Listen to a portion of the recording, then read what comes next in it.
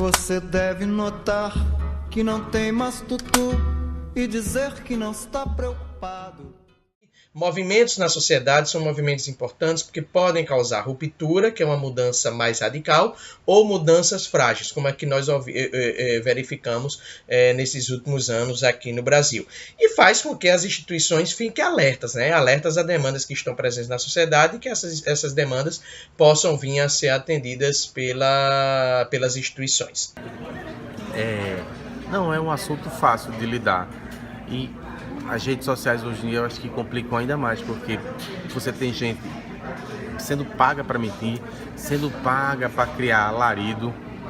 Ao mesmo tempo, isso para o jornalismo cria uma nova oportunidade, reacende uma chama de estar tentando separar o joio do trigo. Não é um momento fácil e essa eleição vai ser muito complicada justamente por isso. A gente está num momento muito confuso. Você sabe que nós terminamos de ver uma entrevista aqui com o Geraldo Alckmin. O que está dando a entender é que ele vai fazer a linha do chuchu, né? Não vai querer agredir ninguém. Outros já dizem que essa vai ser a eleição do pé no bucho, mão na cara, vai ganhar quem gritar mais alto. E para dizer que voltei a fim de defender os interesses mais legítimos do povo e promover as medidas indispensáveis ao bem-estar dos trabalhadores.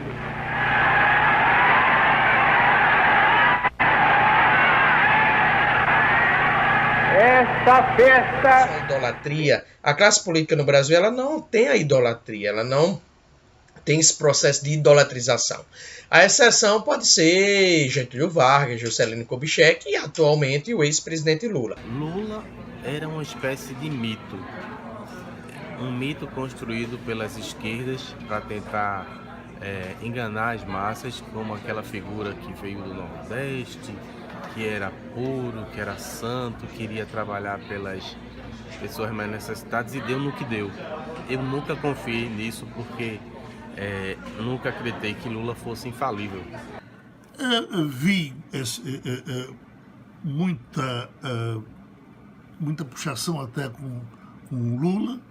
Eu acompanhei de perto uma paixão do povo que ainda existe, quer dizer, com as restrições que as pessoas fazem, com os problemas que o Lula teve no governo, com alguma coisa difícil até de provar que não existiu com relação à ética, mas Lula é possivelmente o maior líder popular do mundo hoje.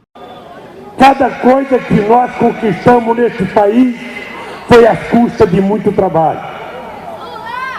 A doença pior que existe na humanidade é o preconceito. E eu sei quanto preconceito eu fui vítima neste país. Hoje eu brinco com preconceito. Hoje eu falo menos laranja, as pessoas acham engraçado. Mas quando eu falava em 89, eu era um anarfa.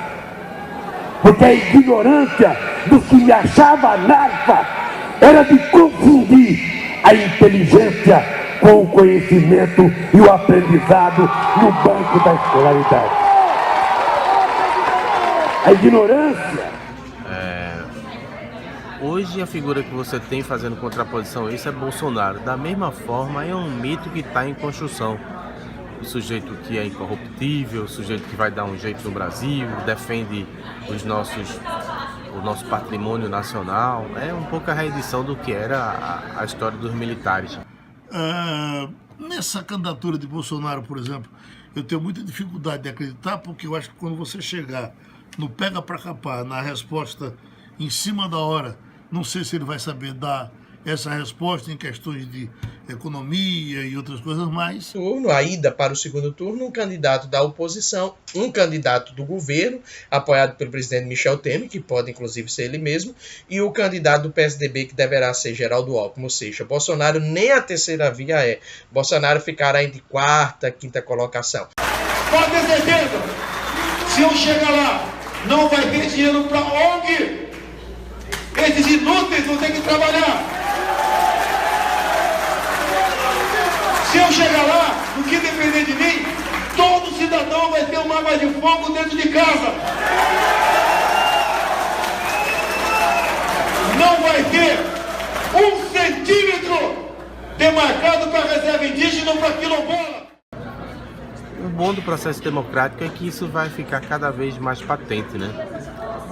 É muito ruim, eu acho que para o Brasil a gente depender dessas figuras messiânicas, dessas figuras salvadoras da pátria, porque o que mais a gente precisava era um tijolo atrás do outro. O que existe no país é que, como qualquer sociedade da dimensão territorial, nosso país é uma forte heterogeneidade de opiniões sobre diversos aspectos, mas isso não está claramente apontado como uma tendência autoritária. É claro, como qualquer sociedade, vão existir indivíduos que defendem a ditadura, vão existir indivíduos contrários a uma pauta liberal, mas isso não significa que os indivíduos em si iriam para a rua ou majoritariamente votariam para a presença de um ditador governando o país.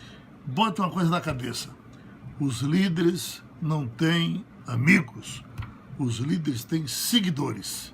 Na hora que você deixa de seguir aquele seu político ao pé da letra, a amizade desaparece, porque ele não é seu amigo. Ele sabe que você está seguindo.